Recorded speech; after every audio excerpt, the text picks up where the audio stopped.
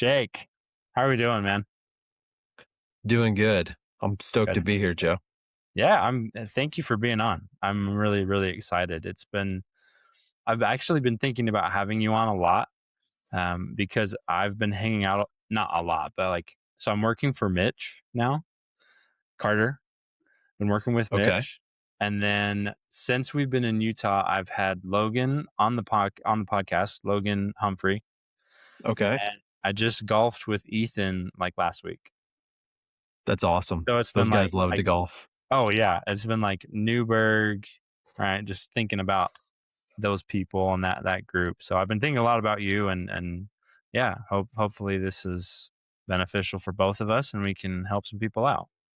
So. Well, when you've hit it big someday, I'll be able to say, I was in the beginning, man. Yeah, first five guests, I think. First five guests. That's Oh, right. we'll see. On That's my right. on my drive to Tuesday mornings, I go to the temple, like super early, like 7 o'clock. Like hmm they know me now. Like I walk in and they're like, "Oh, hey, brother Michelle," and we've been here like a month. But Yeah. um, on the drive, so I don't text and drive, but I will voice text and drive. And this morning, I don't know if I've told you this. So our ward is like, we don't fit in our ward because our ward is like Danny Ainge, Taysom Hill. Oh Oh, yeah, geez. Chad Smith, who's the assistant AD at BYU, and not Smith, gosh, Chad Lewis is the assistant AD. And his wife, Michelle Lewis, who's like Hall of Fame BYU volleyball player, is the nursery leader, right? And our kids love her. But we go to church every day and we're like, Okay. "Hmm, hmm, hmm, hmm." So this morning, driving to the temple, I'm like, you know what?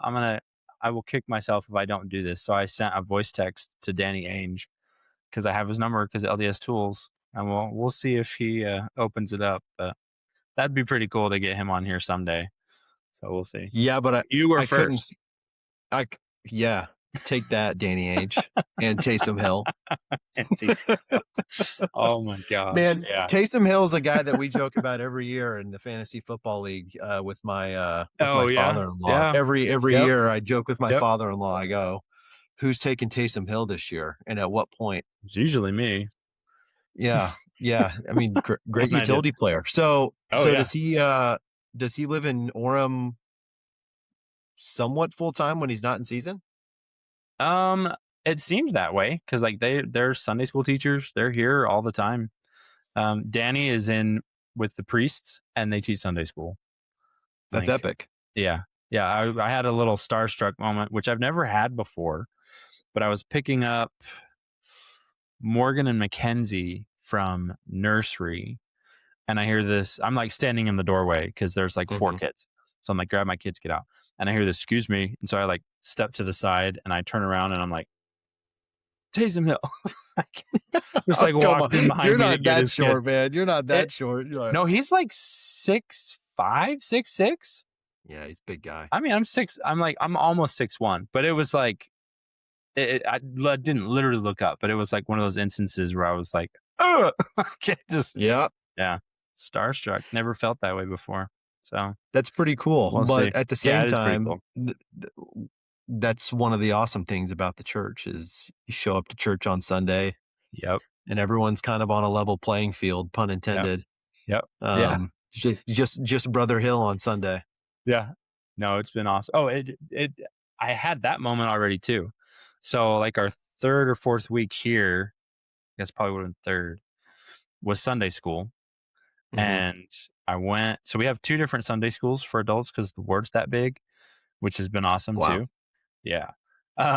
So I go into Sunday school and I'm sitting there and Marissa had stayed home because some of the kids were sick. And so I was at the back. So teacher asks a question and guy starts responding and I'm like, oh, that's Danny Ainge answering a question in Sunday school. And he answered the question and then the teacher came back with like this basketball pun as a response to his answer. And you could see Danny go, he's got to be so tired of it. His entire life, everyone wants to make basketball puns in Sunday school. But yeah, they're just real people. They're real people. So that was cool. Anyways, That's Yeah, awesome, go for it. man. Well, I'm stoked to hear that you guys are doing well, that you Yeah. guys ended up where you are, that you're so close to Trey, your Oh, I could family. throw a rock. Yeah. Yeah, Yeah. that's really cool. I'm happy Yeah. for you guys. Thank you. Thank you. It's been awesome. It's not something we ever wanted, and now it seems like it's like everything we needed. So it's been kind of cool. Um, did you know? No, I don't think you would have. Brady Johnson. I don't think he went. He was with me when I started, and then I don't think he went back after his mission. Doesn't ring a bell. Okay. No, so we were super close. He was the best man at our wedding. Okay. Um, and he grew up here, and then they got married, and they were like the same as us. Like we don't ever want to live in Utah. And found out a week ago they live like 3 minutes from us now. They just moved here too. So Wow. everyone's coming out here. Wait, Brady Johnson. He played soccer. No. Yeah, No, no, okay, no. Mm-mm. okay. I was like, No, hold that's all on. right. Nope, I don't got it. I Yeah, don't got it. he was he was good friends with Amber Key when she was still Amber Key. Um, and like we all were kind of that group. But yeah, he's a good guy. But yeah, like everyone's moving here, so come on, just just come on. Love you, but we're East Coasters, baby. Oh, We love it out oh, here. We love I it. know, I know. And you're a night bird too. That's something else. Like you Midwest people are all night birds. Marissa's the same way. She wants to stay up to like 11 every night or later. The card. Ethan texted me the other day at like 12:30, and I didn't get it till the next morning. But like, man, you I Midwest am, and I'm people. out in the sunroom right now, so that's why you see all these sliding glass doors. I love it. Keep an eye out for me. I keep waiting for the day that someone's just going to come, Just just walking right by here. yeah, Yeah. love So that. hopefully that's not tonight, or maybe, Or hopefully it maybe, is. yeah, we'll go Yeah. viral. That'd be great. Yeah. Oh my gosh. Okay. So, okay. First thing that I like really, well, I should back up actually. I shouldn't even jump into my first question. Do you kind of know about the podcast or do you want me to give you the elevator pitch?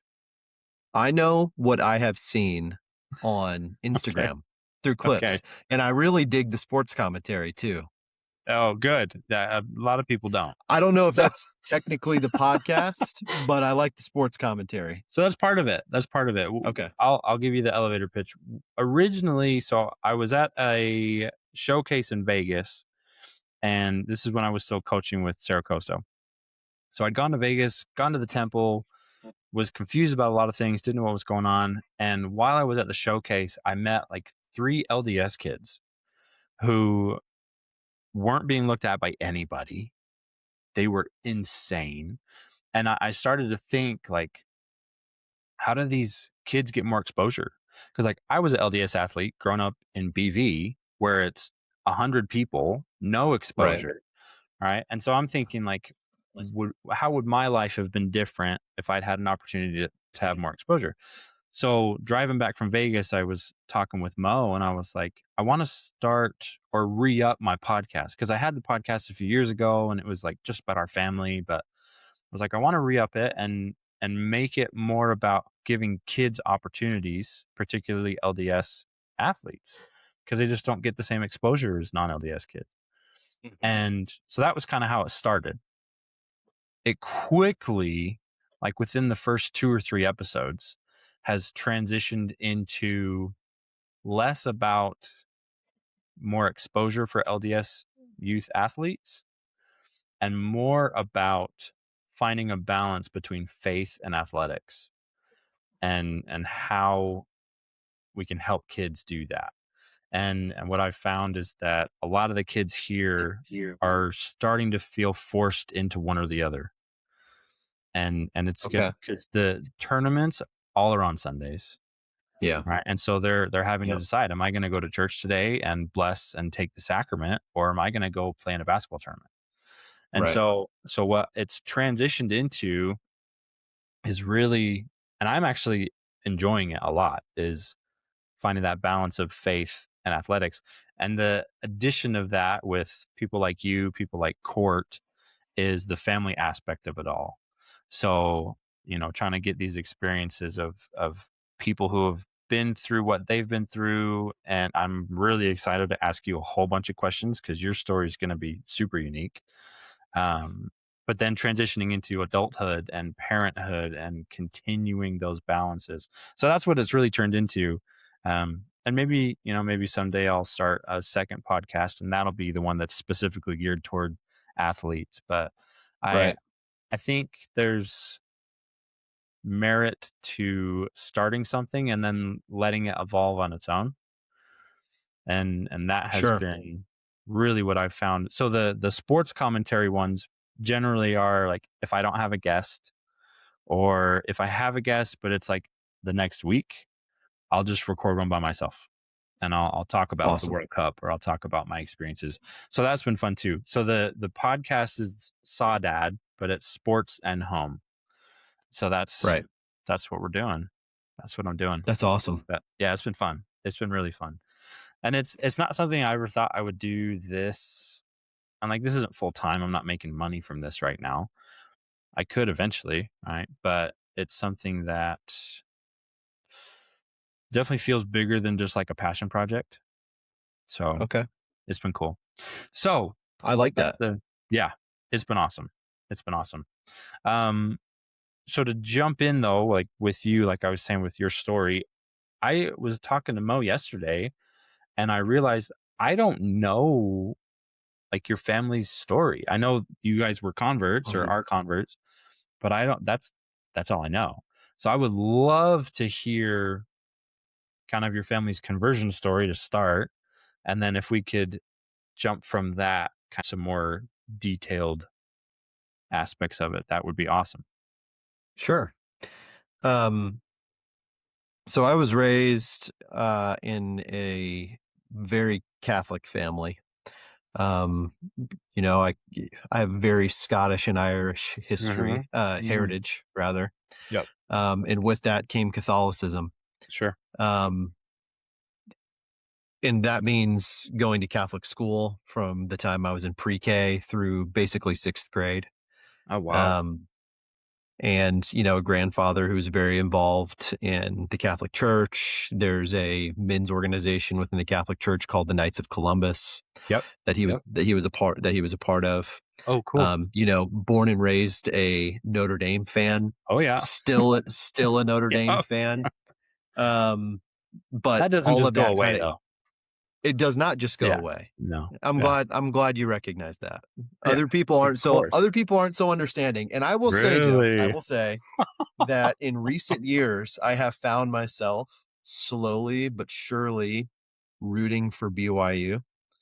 Um, Oh, for the first, I've almost been a member 20 years now, but for the first wow. probably 16 or 17 of those years, I felt it my moral duty to not be a Not BYU be fan.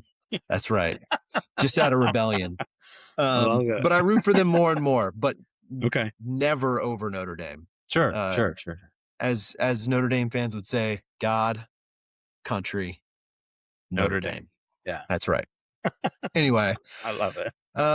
around the time I was probably 10, fourth or fifth grade, my mom decided that she didn't feel the Catholic faith was true or for her anymore. Mm, So around that time, we started, attending a bunch of different churches. okay. Some non-denominational churches, Lutheran churches. Um, I have vivid memories of going to quite a few and being in different Sunday schools and meeting all kinds of different kids. Yep, yep. But none of them really stuck. We'd go to a few for, at most a month or two if Mm, she liked it initially, but sure. there was always kind of a breaking point where she would go, nah, this isn't for me. Hmm, Um, we moved to Newburgh in 2007, I believe. 2006, okay. 2007. I was in sixth grade when we moved to Newburgh. Um, and that was my first real experience in public school. So I went to Castle Oh, Junior High wow. School, and at Castle Junior High, I was in choir. Uh, from a very young age, my mom always required my sister and I to either sing or play an instrument. Yep. So Good she mom. she took the arts very seriously, and no matter what our hobbies were, what sports we had interest in, um, we were required to participate in the arts in some way. So I had been singing since about 8 years old in Wow. some sort of organized group.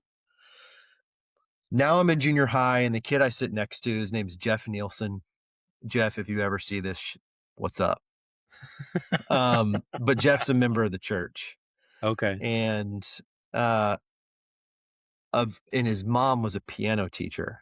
Jeff and I hit it off, and we Mm, became really good friends.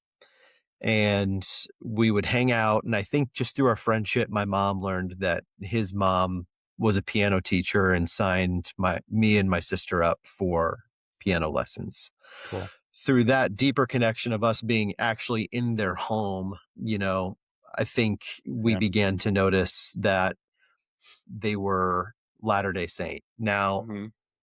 I'll pause there and say that up to this point, despite my mother's searching for a church, she knew in her mind that the Church of Jesus Christ of Latter-day Saints was not the Yep. true church. Of course. Um, Her parents had an experience when she was a really young child with some missionaries, Oh. and what they said were dreams of the apocalypse after missionaries visited their home. Oh my gosh.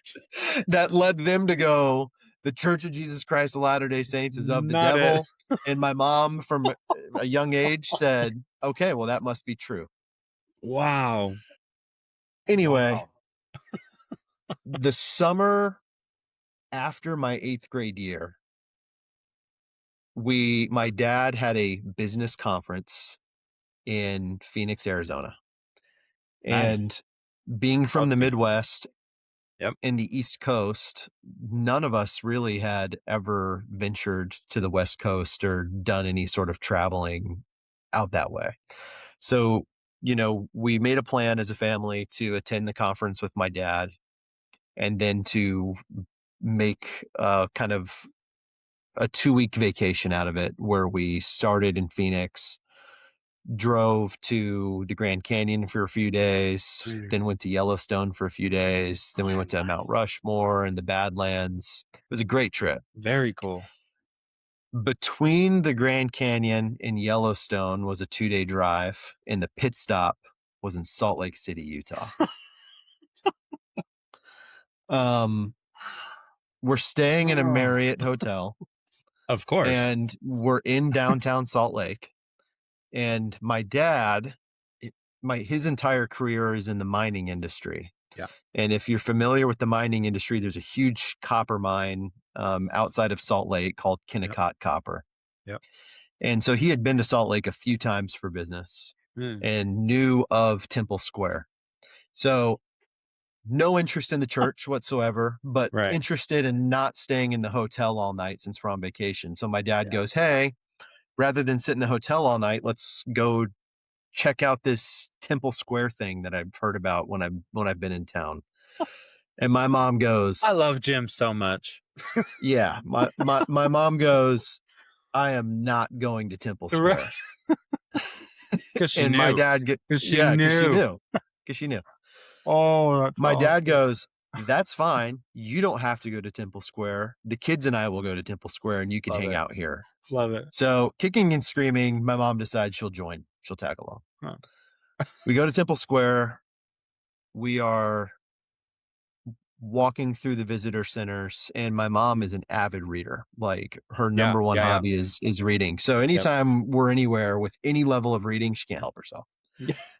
So we're in the basement of the visitor center, and Okay. they have the displays about Yep. humanitarian aid and the Relief Society and all of the different programs that the church has that benefit the world, honestly. Yeah. And her whole demeanor changes. And when I say her demeanor changes, I mean like palpably changes. Oh, She's locked in. And it concerns my dad to the point where he goes, sure. Katie, are you good?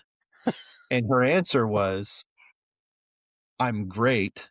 if I had a checklist for everything I've been searching for, I feel like I'm just going down the list and checking the boxes. Oh, that's awesome.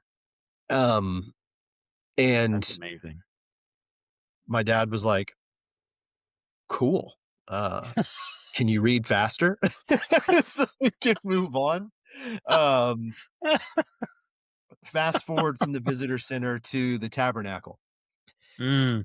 Oh, We're going to man. the we're going to the tabernacle to listen to this famous pin drop experiment Yep, because of the acoustics of the yep, tabernacle being so good. We walk through the front door and we're immediately greeted by two sister missionaries. of course. The sister missionaries were from the United States and Peru. Wow. Uh, the sister from Peru, her name was Sister Torres, and she spoke very, very broken English. We found out that she had only been on her mission for 6 weeks. She was in her first or second Wow, transfer. wow. So she had So they're greedy kind of fire talking to too. us. Yeah, they're talking to Yeah, us, and it becomes evident that we're not members of the church. yep, Um, and as we're wrapping up the conversation, Sister Torres, in very broken English, indicates that she wants to bear her testimony. She says, "Before you guys go, can I bear my testimony to you?" And as non-members, we're like, we hear like testimony on Law and yeah, Order. Like, is this a legal thing? yeah. Like, what's what's Do a what what's a now? testimony? Yeah, we're like, whatever it What are you is, bearing? yeah, whatever it is, go ahead. And for the next minute, she bears this absolutely beautiful testimony. Yeah, Beautiful. At that moment, that it that is the first moment I remember in my life having an experience with the Spirit. mm, I am 14 years old, and in this moment, not fully understanding a lot of the things she's talking about as it relates to the Book of Mormon yep, or prophets. yeah, One thing I do know is that I am warm and fuzzy, and I feel fantastic in that yeah, moment. And I remember leaving that property and just going, I got to know more about this. I yeah, got to know more about this. At 14 years old, these are the thoughts crossing my mind. Like, and I look back on that and I chuckle because I'm like, wow, 14. At 14, I'm having these thoughts about religion. Um, yep. I just got we go back goosebumps to up and down my entire body. we go back to the hotel and open the drawer, and there's a Bible and there's a copy of the Book of The Book of Mormon. Mormon. And I remember opening the Book of Mormon on the bed in the hotel room, and I start reading about this guy named Nephi. Yeah,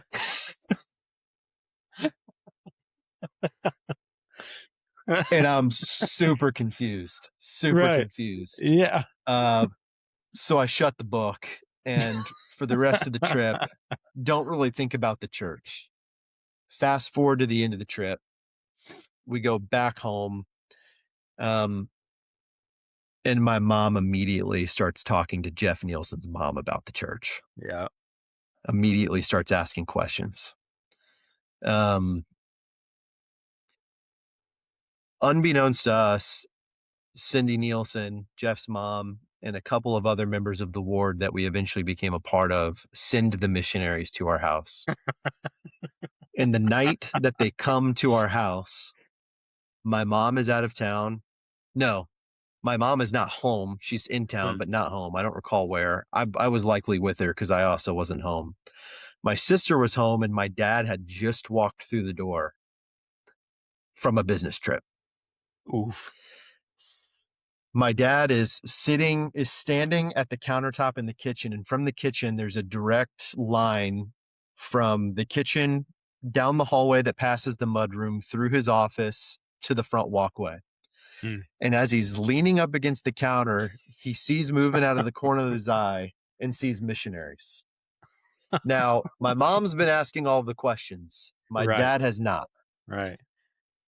He sees the missionaries, and his first thought is, I do not want to entertain missionaries right now. Right. Right. The missionaries ring the doorbell. My sister's in the kitchen with my dad. My dad stays put, and my sister goes, "Dad, are you gonna answer the door?" And my dad goes, "Nope."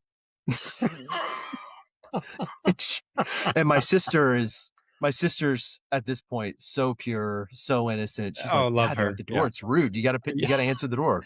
My Yeah. dad goes, "It's my house. I just got home from a trip.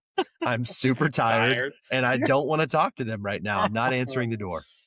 So they ring the doorbell 2 or 3 times. Jeez.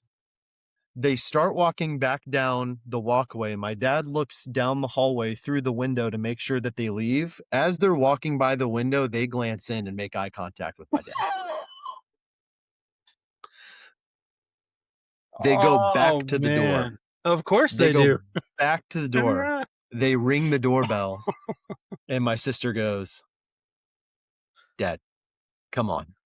Go answer the door." And my dad and my dad goes, "Nope." No. Oh, I miss him so much. Oh my gosh. So, missionaries leave, obviously feeling dejected, and return Yeah. and report to Cindy Nielsen and friends, Yeah. telling them, "We went to the McMahon's house, we rang the doorbell a cumulative 5 times, we made eye contact with Mr. McMahon, and he still didn't answer the door for us. I don't think they're interested." So, this all happens unbeknownst to my mom. Mm, My mom continues to ask questions to Cindy Nielsen and other sure. friends that she's now made through Cindy, who are also members of the church. Yeah. And Cindy doesn't Um, bring it up to her either. nope, nope. Eventually, my mom goes, we're at a get together, and my mom goes, "So, if I like wanted to get more involved in your church, like, what would I do? Like, I feel like I'm asking a ton of questions, but none of you guys have invited me to church. Like, am I allowed to come to You haven't sent church?" missionaries to my And the whole house. time, and Cindy's sitting there looking at the other ladies at the table, Right. like what's happening? Like, we sent the Right. missionaries to your house. Eventually, Cindy finally goes, "Katie, we sent the missionaries to your house. You need to meet with the missionaries, but your husband turned them away." And my mom goes, "What, Jim?" And my dad's in the room with the guys, Right. and my Right. dad's Right. like, "What?" And she goes, "Did the missionaries come to the house and you turned them away?" He goes, "Well, yeah. I was tired. I didn't want to talk to them." And she's like, "Oh my gosh. Please send them back to our house. Please send them back to our house." Oh man. So missionaries start coming to our house, and within about 3 months, my mom, my sister, and I are baptized into the Wow. church. My Wow. dad was not. Um, Right. Right. Yep. my dad was super supportive, but was very adamant at the time that organized religion was not good and not for him. Hmm. Um, what's cool about his story though is within within a transfer, call it 2 transfers, within 2 transfers of us getting baptized, the mission president whitewashes the Newberg ward. Whoa. 2 new missionaries come in, Elder Clayton from Idaho and Elder Hoja from Albania. Oh my gosh. And these 2 guys were on fire. These Love 2 it. guys were so bold. Elder Mhm. Hoja was one of the boldest missionaries I've seen to this date. Oh, that's awesome. And they came to our house, it felt like daily, to check in on my dad and to just say, "What up, Mr. McMahon?" Yep. And they built a fantastic relationship with my dad. My dad Yeah. starts taking them out to lunch. They're coming and teaching him lessons uh, twice a week. He's Wow. coming to church in support of us, at least Yep. initially. Yep. Um, but after a while, my dad kind of consigns that he's still not interested. Mm. And so my dad makes a plan that at the next lesson that they come over for, he's gonna let him down and let him know, "Hey, you guys are awesome. I think You're stellar young men. I Yep. respect what you do, but this isn't for me." Yeah. Elder Clayton and Elder Hoja walk into that lesson. They sit down with my dad and they go, "Brother McMahon, we've been praying a lot about you, and we feel really strongly that you should fast, specifically to know if the Church of Jesus Christ of Latter-day Saints is true." Mm. And I look back on this and I'm just like, wow, these guys were dialed. These guys Yeah. were dialed. Yeah. At the very lesson, my dad's going to tell them that he's not interested anymore. Yep. They come with this. Yeah. And Gosh. my dad goes, okay. In his head, he goes, okay, this is fantastic. I'll starve for 24 hours. I won't get an answer. And I'll Right. tell them I didn't get an answer. And Yeah. it'll be the perfect reason to tell them I'm not interested anymore. But one of the things I love most about my dad is he doesn't halfway do anything. Yeah. Um, Yeah. so he agreed to the fast and committed to do it the right way. Mm. Um, and over the next 24 hours had a series of what he describes to this day as deeply personal, sacred Mm. experiences that led him to a testimony that the church was true. Mm. And rather than show up the next day and let the missionaries down, he he excited Elder Hoja and Elder Clayton very much by Oh telling them yeah. he wanted to be baptized. Oh, that's This awesome. was just this was just 4 months after we were Right. baptized, Right. and we thought for certain if he ever joined the church, it would be years, if not Sure. on the other side of the veil. Yeah. Yeah. Um, and in 4 months, the Lord just softened his heart and he gained a testimony. And, I look back on those moments. I look back on Sister Torres specifically in the Hmm. tabernacle, and I just go, man, I can't wait until she sees the Hmm. effect of that testimony. Yep. Yep. Because not only was our entire family baptized, we were sealed in the temple a year later. Hmm. I went to Spain on my mission. Yep. I I taught the gospel. There were people I baptized there. There were people who had strayed away from the church who came back while I was there. The Lord works in mysterious ways and called my sister to Peru, her home Yep. country, Sister Yep. Torres's home country. And my sister did the same thing.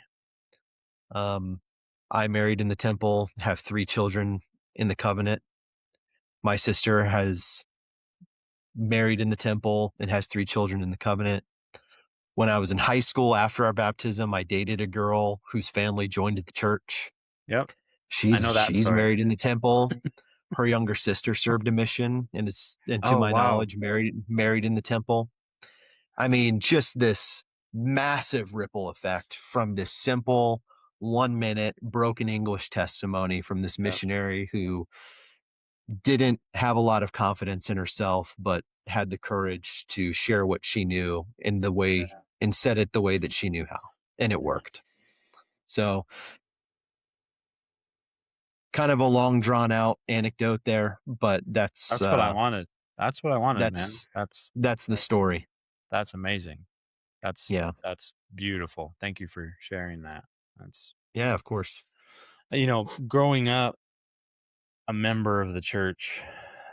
I don't know if every member experiences this, but there have been multiple times throughout my life where I'm like jealous, I think is a little too harsh, but I'll use it for lack of a better word, just like jealous of converts and these stories and I've had, incredible experiences for myself as well.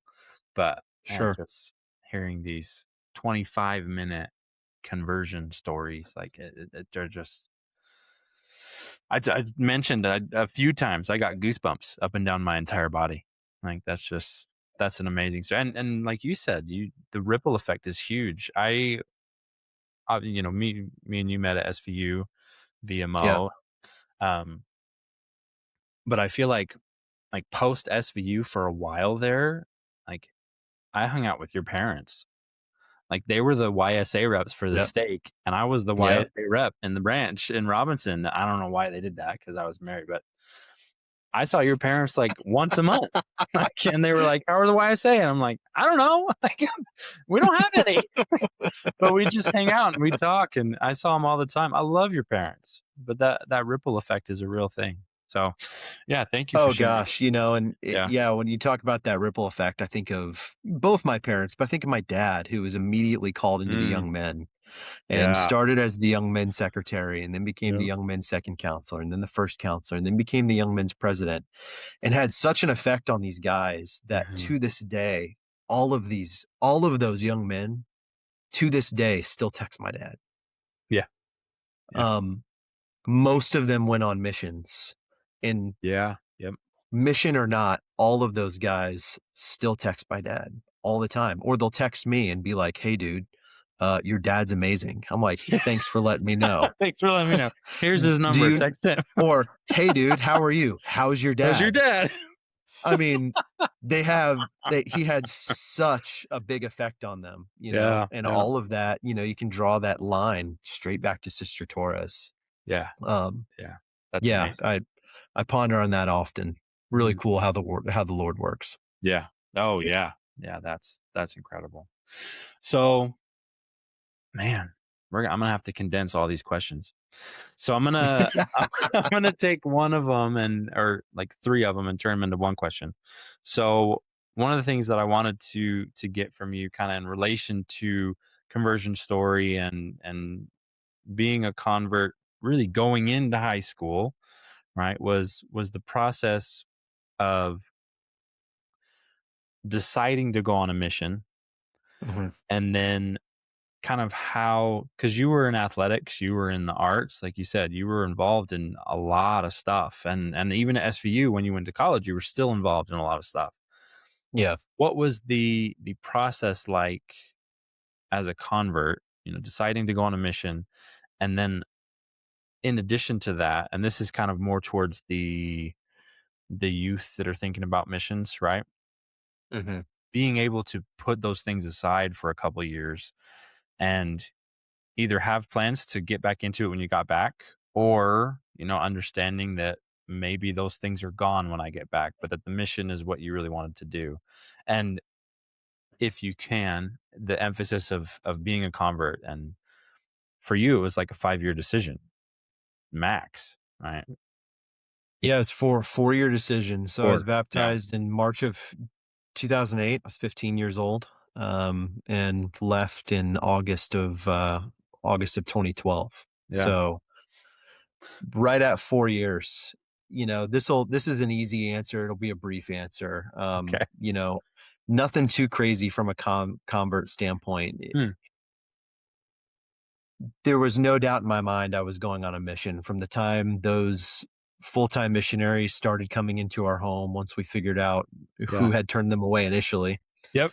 Um, I thought they were the coolest guys in the world, and every time they came into my house, I felt the spirit. I felt it so strong. And there was no question from the moment they started teaching my mom, my sister, and I, or my mom, my sister, and me. I hadn't even been baptized yet, and I knew I want to do what they're doing. Wow. Um, so there was never a question for me that I was going to go on a mission. I knew it's something that I wanted to do before I even made the first covenant. Yeah. Um, you know, from a sports aspect, I got to keep it real. You know, it it was easier for me to put those things aside, knowing that my ceiling in sports was pretty low. I was never going to the NFL. I was a football player. Right. I played football at SVU my freshman year under Coach Fitzgerald. Shout out Coach Oh, Fitz. Fitz. And Shout out Fitz, who's also but in that Utah it, now. who's also in Utah now. He's had a super successful career that I've loved Yeah, watching yeah, from yeah, afar. yeah. But I knew it was never going to be more than that, right? So it was easy to go on a mission. However, you know, if I could speak to if for some reason, uh, if at some point there is a stud athlete watching this episode, Hopefully. There's plenty of data to support how the Lord supports those and magnifies those Mm, who put aside sports, the arts, whatever it is they're doing in their secular life to serve Him. There yeah. are so many athletes who have served that mission and have come home better, Yeah. and still continue on to very successful careers, even the quote unquote lost 2 years. But Sure. for me, Haven't heard that before. but for me, it was a little easier. Okay. No, that's good. That's good. Um, no, I love that. So yeah, that's man, I love your family, man. Um, how this might be longer, this might be shorter. I don't know. How we're gonna jump to post SVU because I don't think we have time to get into SVU, which I would love to, but maybe we can do another one and we can just do it all about SVU. Um, We can leave it at go Knights. there we go. Go Knights. So I did ask. I asked Court this as well. SVU thumbs up or thumbs down? Just full disclosure. 12 thumbs up. Okay. A Good. million thumbs up. Good. Okay. Yeah. I've gone like this for a while, but I think it's Yeah. coming back up now. So okay. Okay. Good little shout out for SVU there. So with your mission serving in Barcelona, I'll say it the right way. I got crap today actually from Mo's uncle Danny, who I was talking with him on the phone, and I was actually talking about you. I was like, I have to do this podcast with the guy who served in Barcelona, and he was like, Barcelona. I was like, sorry, Danny. And it was funny. But anyways, serving there, how has that, maybe this isn't going to be a short question, I don't know. How has that shaped and molded really who you've become today as not just an individual, but as a father, as a member of the church, as a disc golfer, which we are going to get into. But how has that experience shaped Jake today? It's everything. It's Mm, everything. Genuinely. I would not be who I am today, which is still a very imperfect man, but I'd like to think a much less imperfect version of this man than yeah. would have been had I not gone. Um, it's everything. I mean, it taught me discipline. It taught me study habits. It taught me how to commune with the Lord and to, you know, lay hold upon the atonement of Jesus Christ Mm, and to recognize that we're nothing without Christ. yeah. Um, he is everything. He is the cornerstone of our faith and my faith. I came home a significantly better person than I left, thanks to the I think things I most of was us taught do. on my Yeah. mission. Um, just much more responsible and much better equipped to start getting into the things of life that really matter, such as Yeah. marriage and family and children Yeah. and a career to support that family. Uh, I I give all of the thanks to God, to Jesus Christ, and for the opportunity that I had to serve a mission and to serve the people of Spain. Genuinely, that might sound Yeah. corny, but No, no, no. I mean that with everything that I am. Yeah. I love that. I love that. And I feel the same way about my mission too. Um, I don't know if I've ever told you this. When I was starting paperwork and when I was thinking about my mission more intensely and all of that, um, Dax Farnsworth. Yeah, So Dax served in Malaga, yeah. and I don't know what it was, but like knowing Dax, I wanted to serve in Malaga so bad, so bad. I was like this, like it was like to the point where I was like, I know that's where I'm gonna go. And then Black Friday, I open my mission call and it says Roseville, California, English speaking, not even Spanish speaking. And my first thought was like, okay, And then I was like, no, it's okay. I'm still going on a mission. This is where I'm supposed to be. And like you said, genuinely, like, I'm so happy that I got to serve in Northern California and teach those people. But yeah, I don't think I had ever told you that I wanted to serve in Spain so bad. So Well, bad. I didn't think Spain was in the cards, and I'll tell you why, and I'll make this Mm, quick. okay. My freshman year at SVU, my roommate was Caleb West. You know Yeah, Caleb? of course I know Caleb. Of course you know Everybody knows Caleb. Caleb. Shout out Caleb. I'm gonna send him this link. I Yes. actually talked to Caleb on the phone about 2 months ago, Oh, nice. um, and he's doing really well. He's in veterinary school in Oregon. Oh, that's awesome. Um, That's awesome. Caleb and I couldn't have been more different. Yeah. Oh, yeah. If you put 2 people on a spectrum, we couldn't have been further from each other. Yeah. Um, he was an early bird, I was a night owl. He was Yeah. very responsible and consistent and disciplined, and I was not. His side of the room, of the dorm room, was immaculately cleaned, Yeah. and Yeah. mine was a absolute pigsty. Were you in Creighton or Roby? I was in main hall. Oh, you were in, oh, they were still in main hall. Yeah, Oh my we were on the gosh. third Yep. floor Yep. of Yep. main Yep. hall. Um, and, leading up while I'm Oh. putting in my papers to go on a mission, of course, Yeah. everyone asks the question, "Where do you wanna go? You Where wanna do you wanna go? go?" Yeah. Yep. And I told everybody, "I wanna go to Spain or Italy." Spain or Italy would be my dream spots. Yeah. 6 to 8 weeks before I get my call, Caleb gets his call. Yep. And I don't know if you know that Caleb and I both served in Barcelona, I didn't know he but served in Barcelona. Caleb gets this call to Barcelona, Spain, and I'm like, Guess I'm going to "There you Italy. have it. There yep, yeah. There you have it. Spain's not happening." About 3 or 4 weeks later about 3 or Oh 4 my weeks gosh. later, my best friend from college, Jake Smith, Mm-hmm. gets his mission papers, Jakob.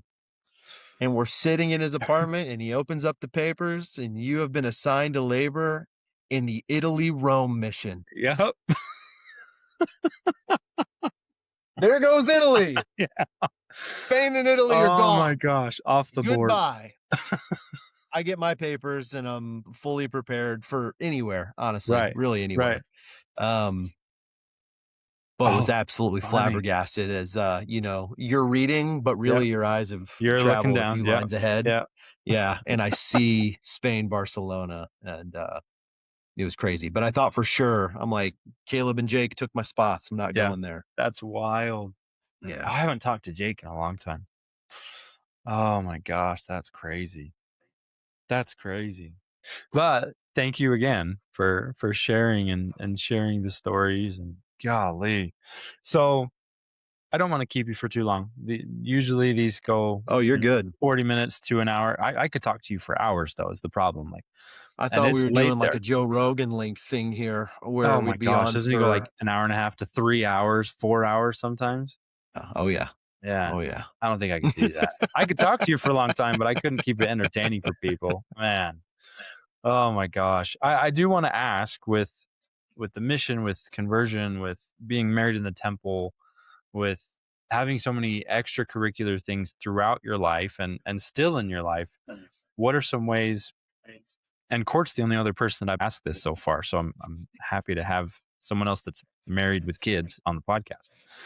What are some ways, so how have you and Morgan found ways to balance faith and athletics and arts and extracurriculars with your kids? And one of the things I talked about with Court was how they have let their kids kind of um, lead a lot in terms of like what their kids want to do, and we Mhm. try to do that too. And I think most parents try to do that to some point.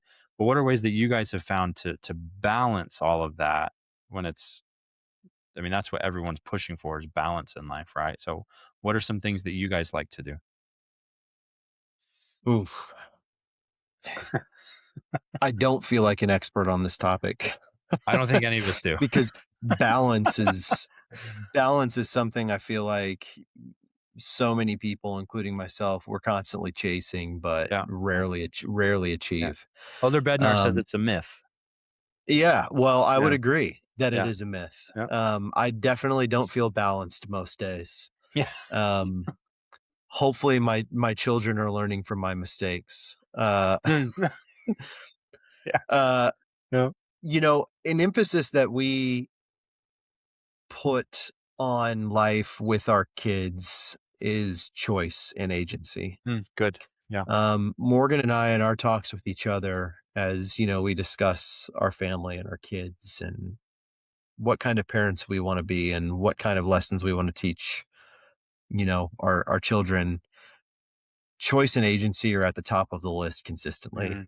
And what I mean by that is, we don't want our children to ride our or other people's coattails.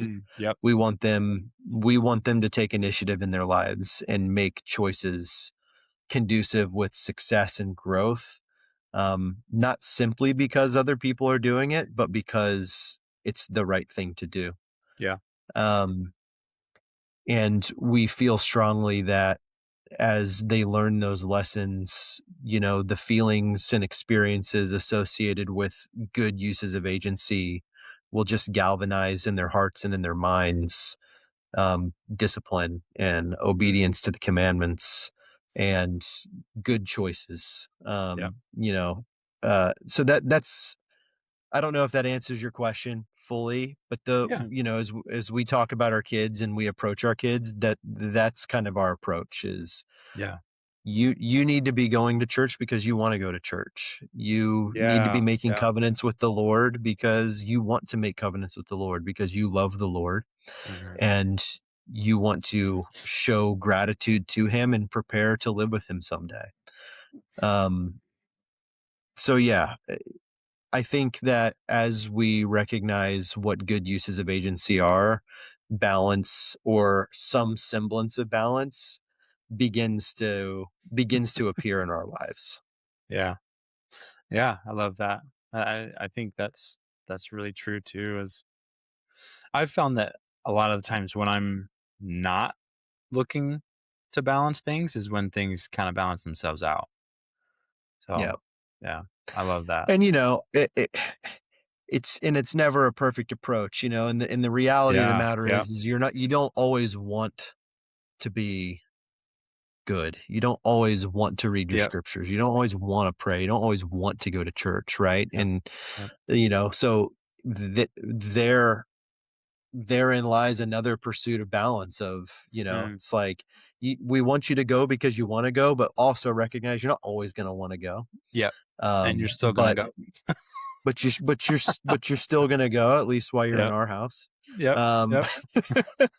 and hopefully the experiences that you've had and the testimony that you've built through the good times or with the Mhm. good experiences, Yeah. lights a flame that carries you through the darkness when you don't want to do those things. Yeah. Oh yeah. Yeah. Love that.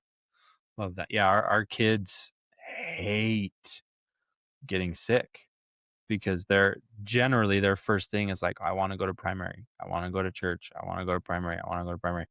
I'm like, Yep. well, you threw up 4 times last night, so you're not going to primary tomorrow.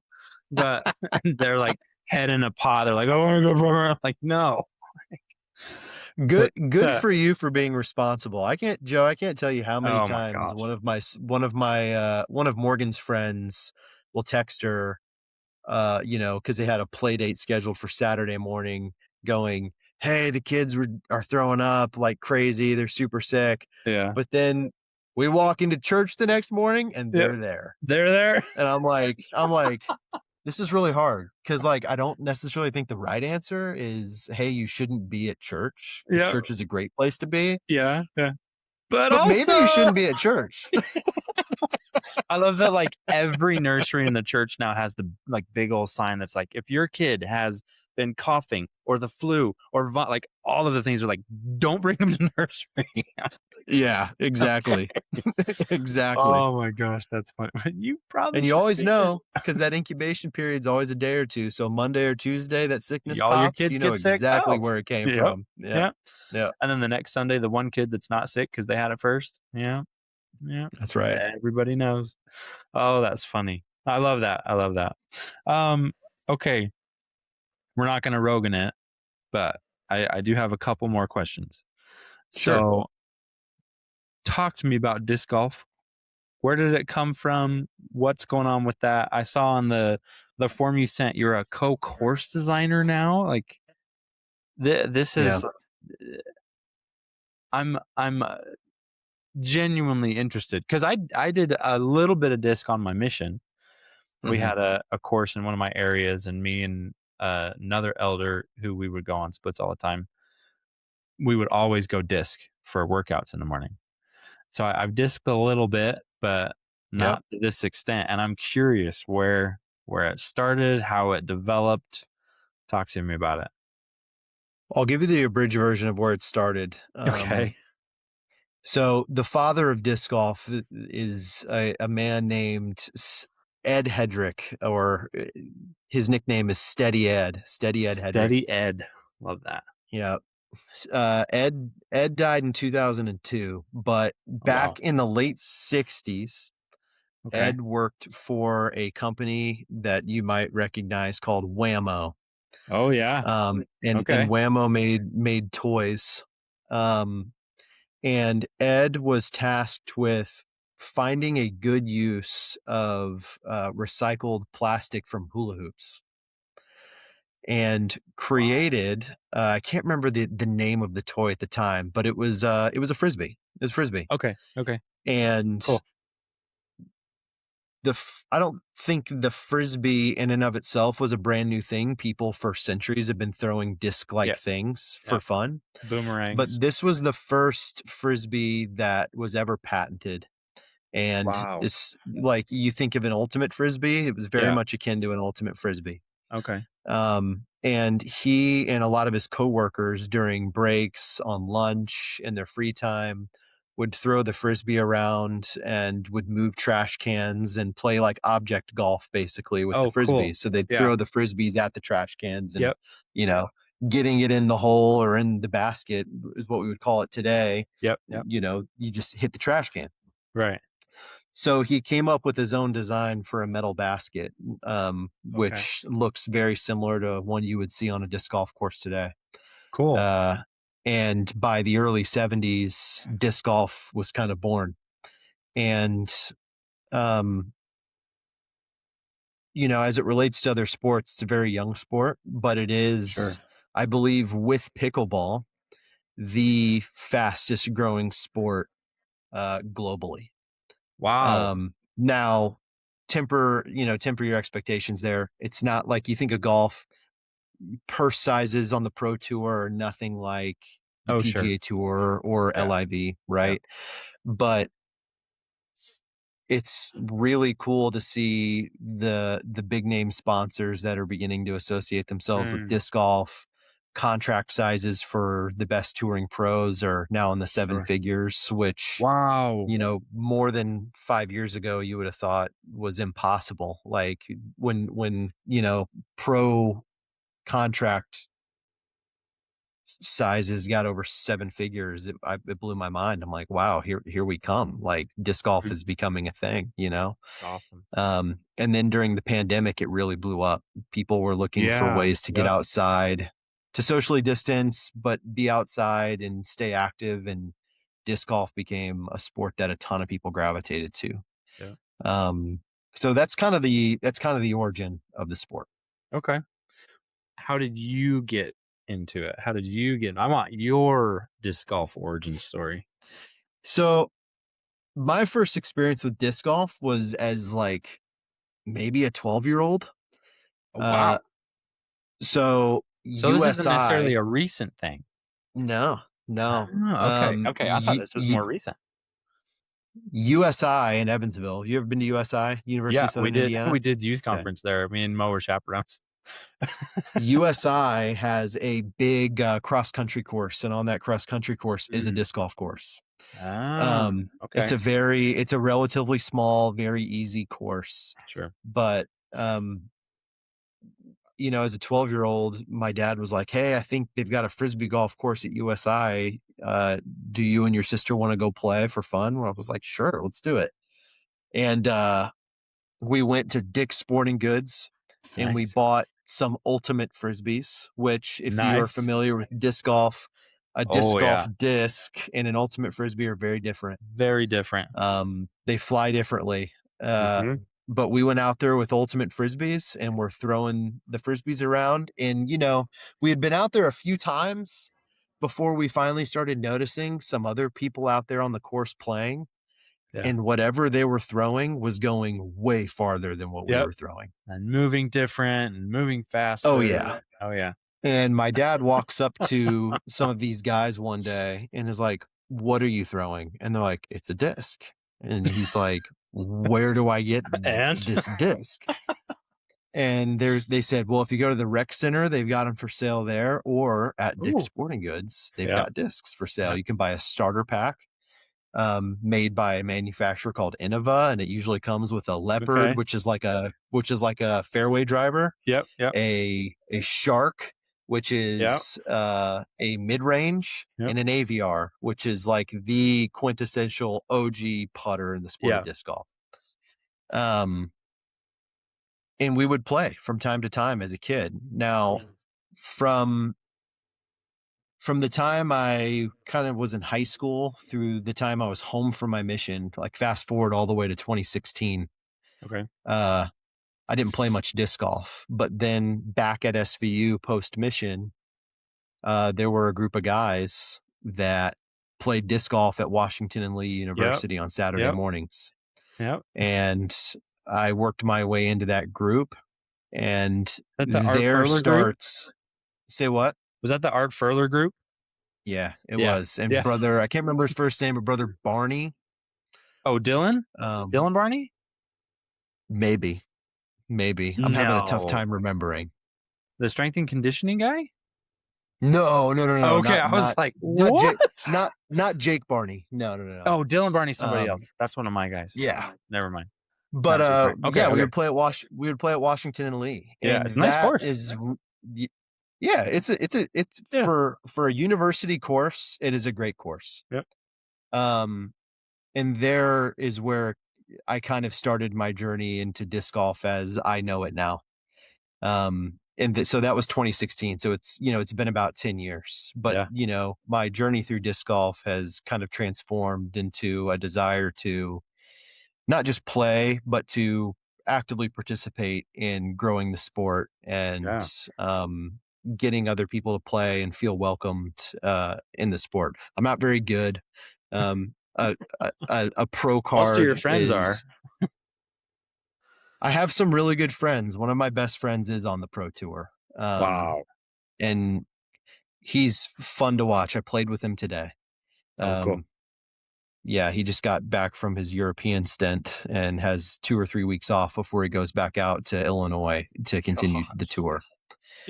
Um, but yeah, my role now is as a league administrator. We have a league here in the Eastern Panhandle of West Virginia that that I and mainly 2 other guys run currently. Okay.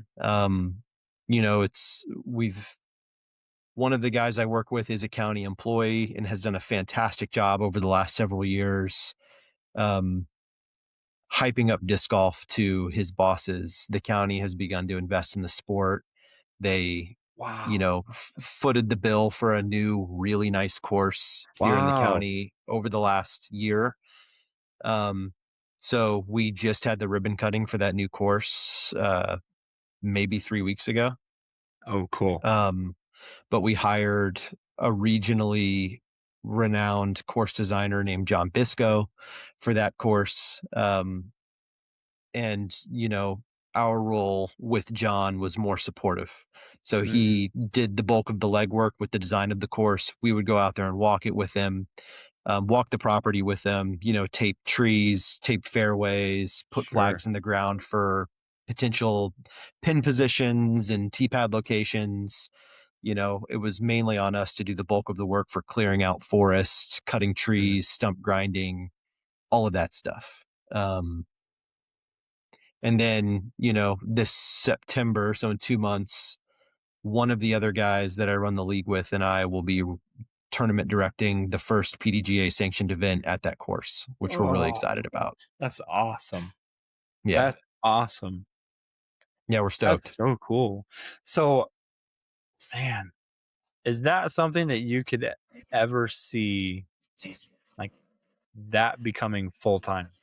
That become like your career becomes disc golf? Um, Probably not. Okay. Uh, Short of actually being hired by the Pro Tour, Mhm. in kind of living on the road with the Pro Tour in some sort of Mhm. administrative or supportive role, Sure. this is not something that'll ever really pay the bills. Mm. You know, the league makes money, but none of that goes to us. We put Sure. 100% of those dollars back into the league, whether it be merch, trophy payouts, merchandise payouts, cash payouts, improving the courses, putting on tournaments in the future. Yeah. We don't make any money off of it and definitely don't plan to really at any Sure. point. This Sure. is definitely more a labor of love. Yeah. Oh, I love that. Yeah. I love that. You gotta have something. I think that's big too, and something that's also come up before is having, I think it might have been with Logan. Is just, having something that you're passionate about, and maybe it's not necessarily your career that you're super passionate about, but that's something like disc golf, something like a podcast, right? Something for Logan, I know he said that for him, it's his fitness, and working out and Yeah. weightlifting, Yep. uh, which he's crazy into now. His Yeah. story was really cool. I don't know if you I've caught any of seen those I've clips, seen but some of his posts. Yeah, I yeah, have. yeah, his was really cool. Um, but yeah, I love that. I love that. And you might be able to tell my voice is like, uh, it's late for me. Yeah, Yeah. I'm not one of you Midwest folk. 9 o'clock, I get my morning voice already. Um, One of the other questions that I ask everyone, Mhm. and typically this is the last question. If you think of other things, we can continue to talk. But with the idea behind the podcast that we talked about at the beginning, and something else that I've really started to notice is it's not necessarily just for youth, right? It's for really anyone who might be struggling with balancing things in their life, and particularly faith and athletics. But what is one thing, one, what would be your one piece of advice to youth in particular, but really just in general, as far as balance, as far as this is what Jake says you should do? It would be prioritize Christ. Mm, Prioritize Christ.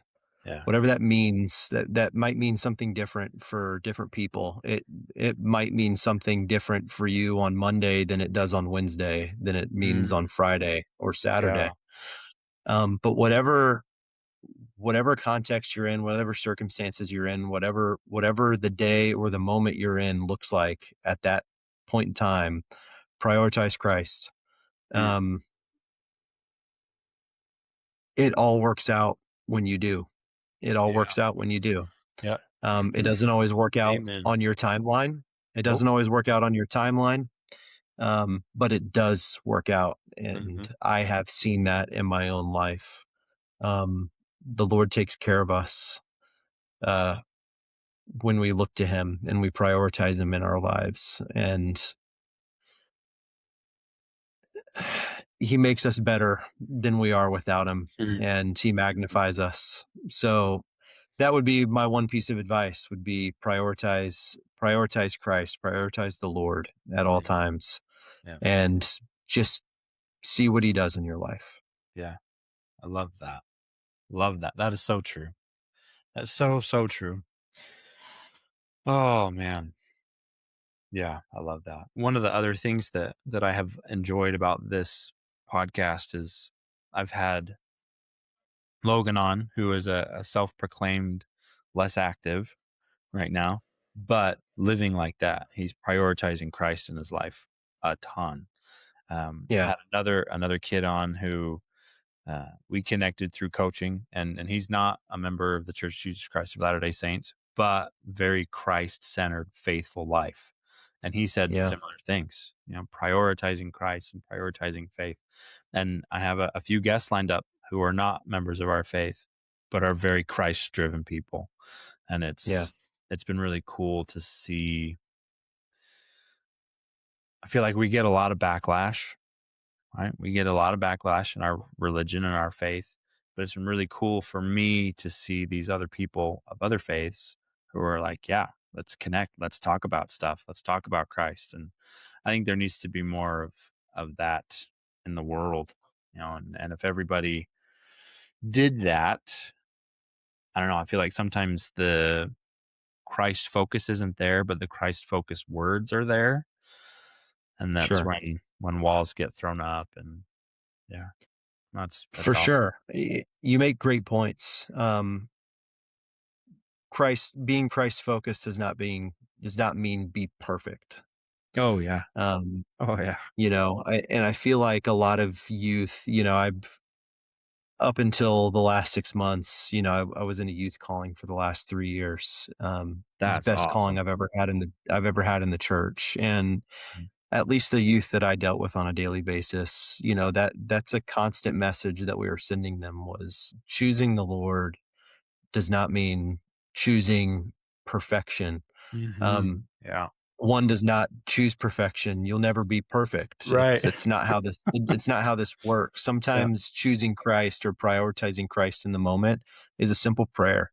Mhm. Sometimes it's a choice to, you know,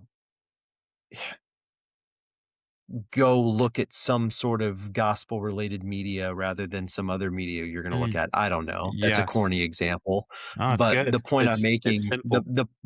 the point I'm making is that it is simple. Choosing Mm. Christ is not like oh, I got to go to church today and take the sacrament and go to Sunday school and pretend to be perfect and then go home and read my scriptures for 5 hours and make sure I say my evening prayers and then go to the temple on Monday. And no, it's the simple things that matter. And Mhm. sometimes choosing Christ is sometimes it's a thought. Sometimes Yeah. it's pausing when you realize you haven't chosen him in a while and just going, Oof. I remember and I'm thinking about you and I'm going to be better. Yeah. That's that's choosing Christ sometimes. Yeah. But I have found that in the moment that I choose him, things improve in my life. Yeah.